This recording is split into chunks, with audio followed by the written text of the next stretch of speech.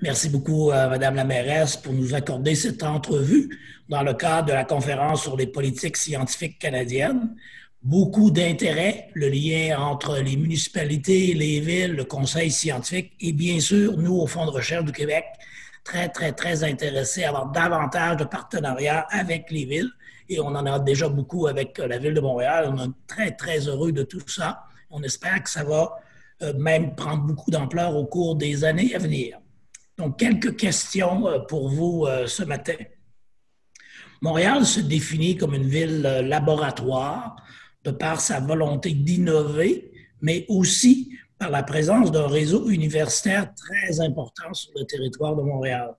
Quelles mesures innovantes avez-vous expérimentées pendant cette fameuse pandémie pour faciliter l'application des consignes sanitaires? Tout d'abord, je tiens à vous remercier, M. Quirion, pour cette très belle invitation. Ça me fait extrêmement plaisir de pouvoir discuter avec vous d'enjeux qui sont vraiment importants et le lien que vous venez de faire entre la communauté du savoir et les municipalités est très important. Et je suis heureuse de savoir qu'il tend à se renforcer parce que si on veut innover, et les villes doivent innover, et là, ça va m'amener à répondre à votre question, parce qu'on est confronté à des défis toujours plus grands et qui, auparavant, n'étaient pas nécessairement du domaine des villes. Mais maintenant, je pense au changement climatique, je pense au mouvement de population en lien avec l'immigration ou encore même, encore une fois, avec les changements climatiques, l'habitation, l'itinérance, le transport.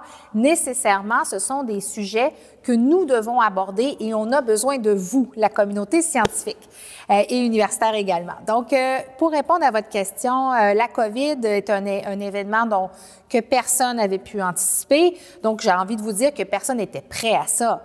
Alors, quand une pandémie frappe de cette ampleur-là, il faut réagir rapidement et se tourner vers les partenaires, les gens justement qui ont une réflexion plus globale sur certains enjeux. Nous, de notre côté, pour vous donner des exemples très précis, on s'est vite rendu compte que la question du dépistage était un enjeu.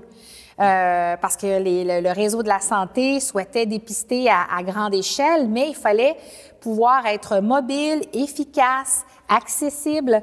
Alors, ce qu'on a décidé de faire, par exemple, c'est de travailler avec un partenaire qui est celui de la Société de transport de Montréal, la STM, pour mettre en place des cliniques mobiles qui nous permettaient d'aller non seulement dans différents quartiers, mais faciliter cette accessibilité qui est si importante puis qui touche bien sûr des enjeux, je dirais, socio-économiques, on le sait. Peut-être un dernier élément qui pour moi est très important dans cette période de pandémie, mais qui en est un apprentissage quand même, et c'est comment on a décidé de faire de l'urbanisme tactique, c'est-à-dire de réfléchir à la façon dont on fait des aménagements. Mais on s'est dit, il faut agir vite parce que la pandémie, c'est maintenant que ça se passe. Et souvent, pour un projet de la ville, quand il est question de faire une rue piétonne ou un axe cyclable, c'est à peu près, je dirais, entre 1 année et 4 ans. Et là, on a fait plusieurs éléments en quelques mois et ça nous a permis, nous, comme grande communauté, l'ensemble des fonctionnaires de la Ville de Montréal, d'innover. Ça, c'est le cas de le dire et de voir notre capacité à réagir dans des situations exceptionnelles comme celle de la COVID. Alors, c'est quelques exemples, mais définitivement, il a fallu en bon québécois, qu'on se retourne sur un dixaine. Oui, certainement. Et on l'a vu dans différents secteurs. La pandémie, bien sûr, a plein d'effets négatifs, mais il y avait aussi du positif, comme ça, d'être capable de réagir rapidement et de se dire peut-être que dans l'avenir, on pourrait continuer un peu à faire la même chose. Et bien sûr, on sait au Canada, au Québec, que la santé, c'est provincial, c'est au niveau du gouvernement du Québec, mais la Ville a pris beaucoup de place, finalement, dans la santé, préserver la santé des Montréalais, des Montréalaises. Donc, le rôle, vous avez déjà parlé de ça un petit peu, mais le rôle politique que les villes devraient occuper pour améliorer la santé de ces populations dans le futur. Mais vous savez, je trouve tellement votre question pertinente parce que, comme je disais, entre le rôle précédent ou le rôle traditionnel d'une ville qui est de ramasser la neige, ramasser les poubelles, s'occuper de l'asphalte, là, ça, c'est comme la base.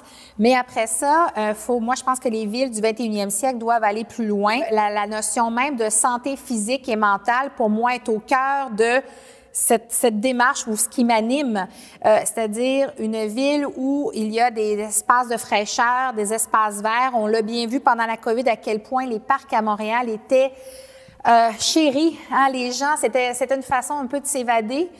Donc, l'importance d'investir, par exemple, dans des parcs. Même chose pour tout ce qui touche la culture et le divertissement. On en voit qu'on en souffre beaucoup maintenant qu'on n'en a plus, mais la ville s'est beaucoup investie à mettre l'art ou de divertir, même pendant la pandémie et même de façon générale, de rendre l'art et la culture très accessible. Puis j'ai envie de vous dire aussi que quand on passe à des aménagements cyclistes et pour les piétons, hein, il y a cette notion même de sécurité qui est fondamentale, bien sûr, la sécurité physique, on s'entend, mais j'ai envie de vous dire la sécurité mentale.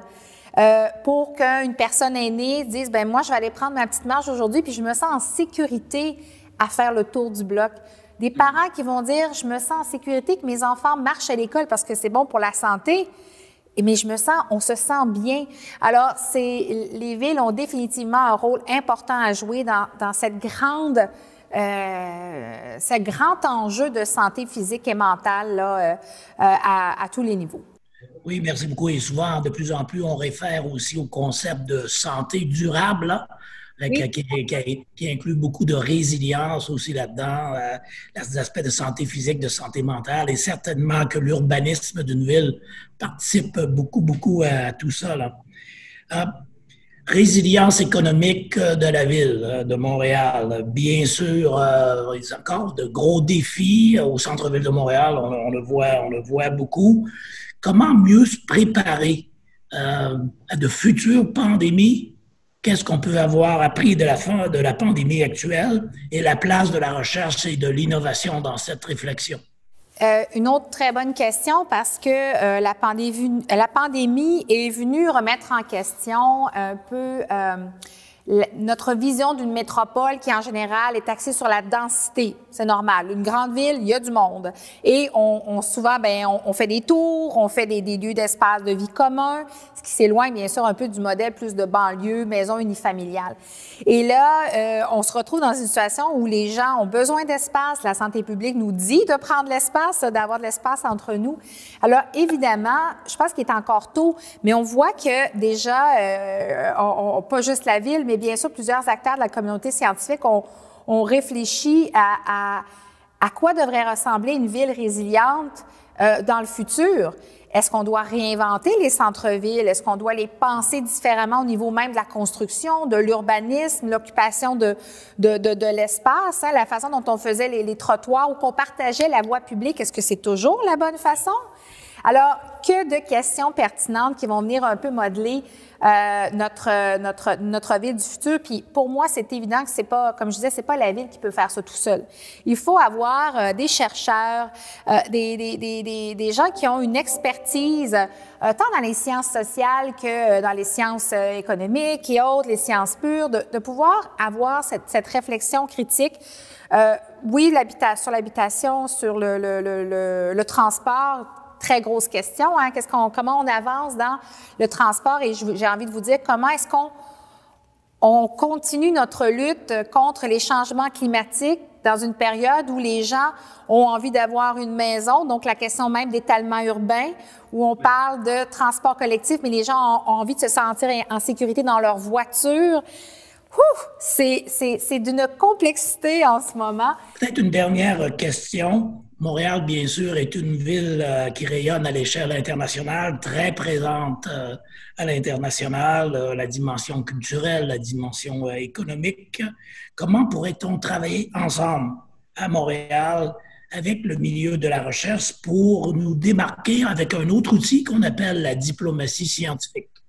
Oui, la diplomatie scientifique qui est tellement importante parce que souvent, pour nous, les villes, c'est une façon d'aller chercher non seulement des données, des datas, des perspectives, mais je vous dirais aussi même une certaine légitimité hein, qui est vraiment importante. Je vous donne un exemple. J'ai la chance, Montréal fait partie du réseau du C40, hein, les maires qui luttent pour les changements climatiques. Et une des choses qu'on a beaucoup entendues, que j'entends surtout de mes collègues au sud de la frontière, c'est l'importance d'avoir des réseaux qui ont des échanges avec des scientifiques, avec des gens qui ont une pensée critique pour venir appuyer les villes dans leur démarche.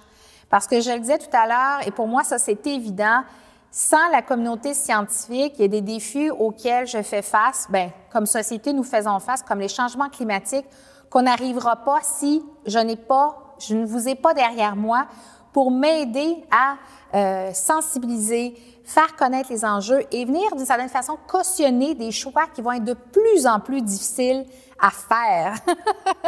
Alors, pour moi, c'est la diplomatie scientifique, elle est d'une très grande pertinence. Mais je vais vous dire, M. Quirion, je suis toujours ouverte, moi, à voir comment on peut améliorer ces échanges et cette contribution.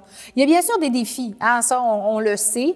Je pense que la Ville en est de plus en plus consciente. Le fait même d'avoir beaucoup plus de données ouvertes entre dans cette compréhension qu'on on doit nourrir aussi cette collaboration-là. Mais je suis définitivement confiante, mais je souhaite aller plus loin encore au niveau de comment la grande communauté scientifique au sens très large peut venir aider la Ville de Montréal, entre autres, à relever les défis qui sont immenses. Donc, bien entendu, on a bien compris votre message. Merci bien de votre participation aujourd'hui et au plaisir de poursuivre et même d'intensifier la collaboration avec la Ville de Montréal. Merci encore. Merci beaucoup, M. Quirion, puis je vous souhaite une très belle journée.